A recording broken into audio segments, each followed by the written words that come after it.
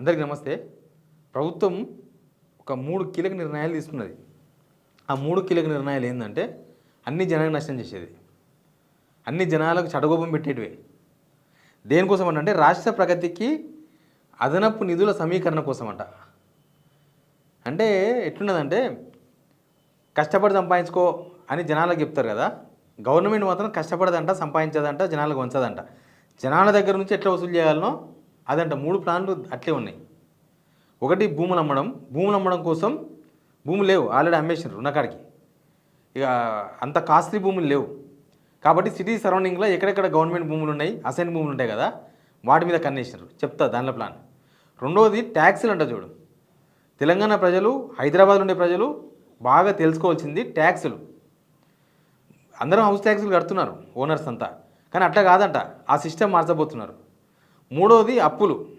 6 మంత్స్లో 1 ఇయర్లో ఏల్చిన అప్పులు 2 నెలల్లో కథం పట్టించేసారు. 2 మంత్స్ ముందు సబ్స్క్రైబ్ చేయండి, షేర్ కూడా చేయండి. మొన్న మీటింగ్ అయింది. ఎవరెవరు ఉన్నారు దీనిలో? బట్టి విక్రమార్క, సిఎస్ సంజయ్ జాజు, మంత్రి శ్రీధర్ బాబు, ఒక పెద్ద కమిటీ చేశారు. జనాలకు 6 గ్యారెంటీలు ఎట్లా అమలు చేయాలి అనే కమిటీ లేదు ప్రభుత్వంలో.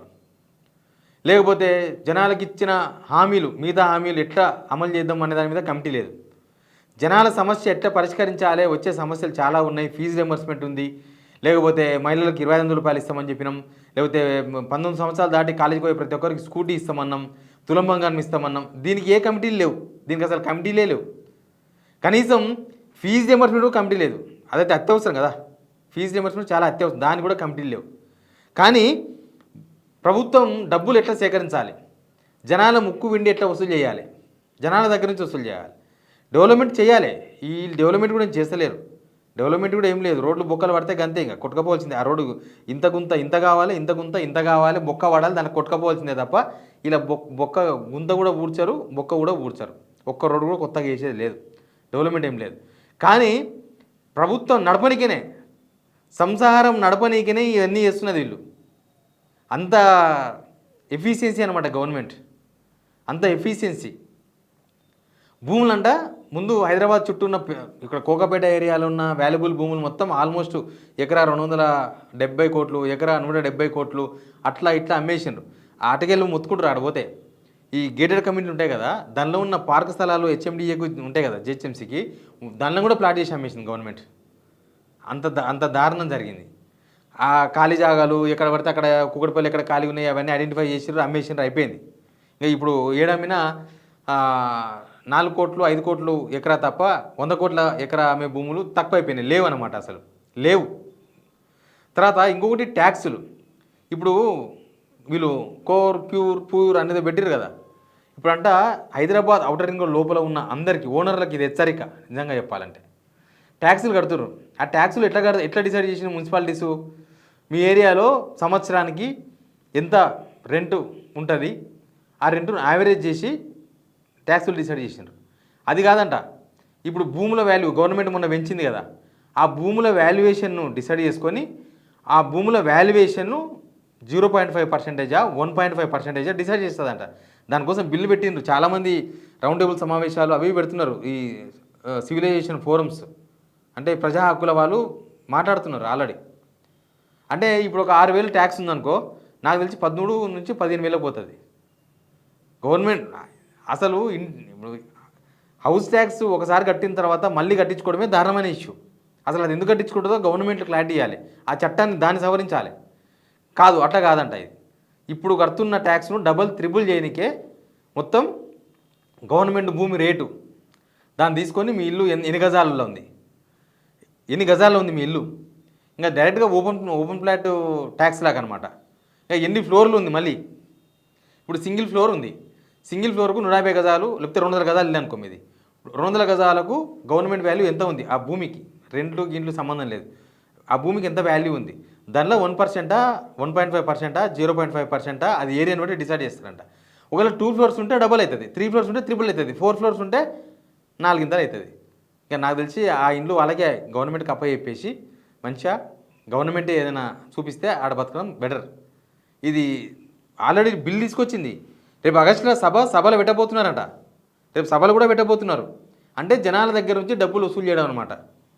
అసలు రేవంత్ రెడ్డి ఇప్పుడు వచ్చిండు సీఎంగా, కానీ అప్పట్లోనే ఉండింటే అప్పట్లో జుట్టు పన్ను ఆ పన్ను ఈ పన్ను ఉండేదంట కదా, ఇంకా వేరే డిఫరెంట్ పనులు కూడా వేస్తుండే. అది ఎవరు సలహా ఇస్తున్నారు ఈ గవర్నమెంట్ కానీ, పోనీ వీళ్ళేమైనా డబ్బులు సమీకరించి అవును తెలంగాణకు వీళ్ళేమో చేస్తున్నారు, ఉద్ధరిస్తున్నారు తెలంగాణను, లేదా తెలంగాణ ప్రజలకు హామీలు అమలు చేస్తున్నారు, తెలంగాణను డెవలప్మెంట్ చేస్తున్నారు, రోడ్లు వేస్తున్నారు, ఇంకోటి వేస్తున్నారు, ఇన్ఫ్రాస్ట్రక్చర్ డెవలప్మెంట్ అవుతుంది, సరే మనం ట్యాక్సులు కడితే అది తెలంగాణకే మంచి జరుగుతుందంటే అది లేదు. ఉత్తగా ప్రభుత్వ ఉద్యోగులకు జీతాలు ఇవ్వాలి, వాళ్ళు జీతాలు తీసుకోవాలి, చాయ్ బిస్కెట్లు తినాలి, క్యాబినెట్ మీటింగ్ పేరుతోన మంచి హెలికాప్టర్ వేసుకొని ఎంజాయ్ చేయాలి. ఢిల్లీకి 76 సార్లు పోయిండు, ఇప్పటికి 76 టైమ్స్ పోయిండు, 76సారి ఢిల్లీకి పోయిండు. మంచిగా ఢిల్లీకి తిరగాలి, మంచిగా ఆఫీసర్స్ వాళ్ళు వీళ్ళు కలిసి పాలిటీషియన్స్ అందరు కలిసి విదేశాలు పోవాలి. స్టడీ చేసేది లేదు, దాన్ని తీసుకొచ్చి అమలు చేసేది లేదు, కానీ పోవాలి. ఎందుకంటే వాళ్ళు మళ్ళీ పోలేరు కదా, సొంతంగా పోలేరు కాబట్టి పోవాలి. ఇక పనున్నోడు పనులేనోడు అంతా అమెరికా తిరుగుతారు ఇప్పుడు కూడా కొంతమంది, అంత పోయి తిరగాలి. ఇదే పని. జనం డబ్బులను ఎట్లా ఖర్చు పెట్టాలి, జనాల దగ్గర నుంచి ముక్కు వసూలు చేయాలి, జనాలకు ఇచ్చేదేం లేదు, ఆ డబ్బులు తీసుకుపోయి ఖర్చు పెట్టాలి. ఇంకా ప్రైవేట్గా జరిగే సెటిల్మెంట్లు అవన్నీ తీసుకుపోయి ఎన్నో పెట్టుబడులు పెట్టాలి. ఈ రెండో పని పెట్టుకున్నారు. ఇట్లా డబ్బులు వసూలు చేయాలి. మూడోదంట, ఈ గవర్నమెంట్ ఇప్పటికీ యాక్చువల్గా సంవత్సరం పొడవునా 54,000 కోట్లు అప్పు చేయాలంటే ఇప్పటికీ 34,000 కోట్లు అప్పు చేశారు. 54,000 కోట్ల అప్పు అంటే ఎప్పటి నుంచి? ఏప్రిల్ నుంచి. ఏప్రిల్, మే, జూన్, జూలై, ఇది నేను చెప్పేది జూన్ వరకే చెప్తున్నా. 3 మంత్స్లో 34,000 కోట్లు అప్పు చేశారు. అంటే సంవత్సరంలో చేయాల్సింది 54,000 కోట్లు, అర సంవత్సరంలో అయ్యేది 27,000 కోట్లు. వీళ్ళు 3 నెలలకే 34,000 కోట్లు చేశారు. అప్పు వీళ్ళు ఏం చేస్తలేరు, అదే కదా, వీళ్ళు ఏమీ చేస్తలేరు. వీళ్ళ పర్ఫార్మెన్స్ ఏం లేదు, జీరో. వీళ్ళ పర్ఫార్మెన్స్ ఏమాత్రం ఉన్నా ఈ భూములు అమ్మే విషయంలో ఆలోచించేవాళ్ళు. భూములు అమ్మితే తప్ప కరెంటు బిల్లు కట్టలేని సిచ్యువేషన్, భూములు అమ్మితే తప్ప వాటర్ బిల్లు కట్టే సిచ్యువేషన్, భూములు అమ్మితే తప్ప చాయ్ బిస్కెట్లు తినే సిచ్యువేషన్ లేదు. ఇంటర్నెట్ సెక్రటేరియట్కి ఇప్పటికి 3 సార్లు 4 సార్లు ఇంటర్నెట్ కట్ చేసినారు, కడతలేరు ఇంటర్నెట్ అని. ఆ సిచ్యువేషన్లో ఉన్నదన్నమాట గవర్నమెంట్. జనాలకు ఇచ్చే దగ్గర డబ్బులు లేవు, మళ్ళీ వాళ్ళు ఎంజాయ్ చేస్తారు మంచిగానే. ఇప్పుడు రేవంత్ రెడ్డి అక్కడ ఏదో క్యాంప్ ఆఫీస్ కట్టించుకున్నాడంట, ఆడికి ఎవరికి తెలవకుండా ఏడుకోతుంది, భూమి మీదే ఉంటుంది, ఎర్త్ మీదే. 3 మంత్స్ అయితే గూగుల్ అప్డేట్ అవుతుంది. 70 కోట్లు పెట్టి ఆల్రెడీ ఇన్ని బిల్డింగ్లు ఉన్నాగా ఆడొక స్పెషల్గా ఒక వాళ్ళ ఇంటికి దగ్గరలో MCH చాడీలో కట్టించుకున్నాడంట, 70 కోట్లు 80 కోట్లు పెట్టి. ఇంకా స్పెషల్గా ఒక హెలికాప్టర్ కూడా కొన్నారు, తెలుసు కదా మనకు. కొన్నారంటే లీజుకు తీసుకున్నారు, రోజుకు 15 లక్షల రూపాయలు, పెద్ద హెలికాప్టర్. ఆల్రెడీ 10 లక్షల హెలికాప్టర్ ఉంది, కానీ వీళ్ళేదో మొత్తం కట్టలు కడుతున్నట్టు, వీళ్ళేదో మొత్తం డెవలప్మెంట్ మొత్తం తెలంగాణ మొత్తం ఎక్కడో తీసుకుపోతున్నట్లు 2 హెలికాప్టర్లు పెట్టుకున్నారు. ఏం చేసేది ఉంది? 2 హెలికాప్టర్లు పెట్టుకుని ఏం చేసేది ఉంది? ప్రజాధనం దుర్వినియోగం. ఇక ఇప్పుడు మళ్ళీ జనాల దగ్గర నుంచి ఇప్పుడు ఈ వసూళ్ళు, ఈ ట్యాక్స్ల పేరుతో వసూళ్ళు, భూములు అమ్ముకోవడు, ఉన్న భూములు అమ్మేసి ఇప్పుడు లేని భూములు రైతుల దగ్గర అక్కడ ఇక్కడ ఉన్న భూములు మొత్తం అవి తీసేసుకొని వాళ్ళకి 500 గజాలు 600 గజాలు ఇచ్చేసి మిగతా మొత్తం వీళ్ళే డెవలప్మెంట్ చేసి దాన్ని అమ్మాల. ప్రైవేట్ రియల్ ఎస్టేట్ మొత్తం పోయింది, రియల్ ఎస్టేట్ మొత్తం జీరో. మంచి బిల్డర్లు నేల నాకుతున్నారు, ఏం చేసేది లేదు. కడదామంటే కూడా ధైర్యం చేస్తలేరు, ఎందుకంటే ధైర్యం చేసి కడితే తర్వాత అమ్మనికి ఏముండదు, ధైర్యం ఉండదు, దుమ్ము ఉండదు, దమ్ము ఉండదు, ఏముండదు. గవర్నమెంట్ దాన్ని మొత్తం జీరో వేసేసింది, రియల్ ఎస్టేట్ని. పబ్లిక్ చేతిలో ఉన్న బిజినెస్ని జీరో వేసేసింది. దానివల్ల గవర్నమెంట్కి వచ్చిన లాభం ఏంటంటే గవర్నమెంట్లో ఉన్న వాళ్ళు వీళ్ళు మంచిగా భూములు కొనుక్కుంటున్నారు, ఎక్కడ పడితే అక్కడ మంచిగా 100 ఎకరాలు 1000 ఎకరాలు కొనుక్కుంటున్నారు, మంచిగా ఉంది వాళ్ళ పని. ఇక మూడవది ఇదే, భూములు అయిపోయినాయి, అప్పులు మిగిలినాయి. ఈ అప్పులు ఇప్పటికే 4.5 లక్షల కోట్ల అప్పు దాటిపోయింది. 4 లక్షల కోట్ల అప్పు అయిపోయింది 30 మంత్స్కే. ఇంకా 30 మంత్స్ ఉంది. ఈ 30 మంత్స్లో ఇంకొక 4 లక్షల కోట్లు చేస్తారో ఇంకా ఎక్కువ చేస్తారో. ఈ 4 లక్షల కోట్లు అప్పు చేస్తేనే ఏం అమలు చేయలేదు.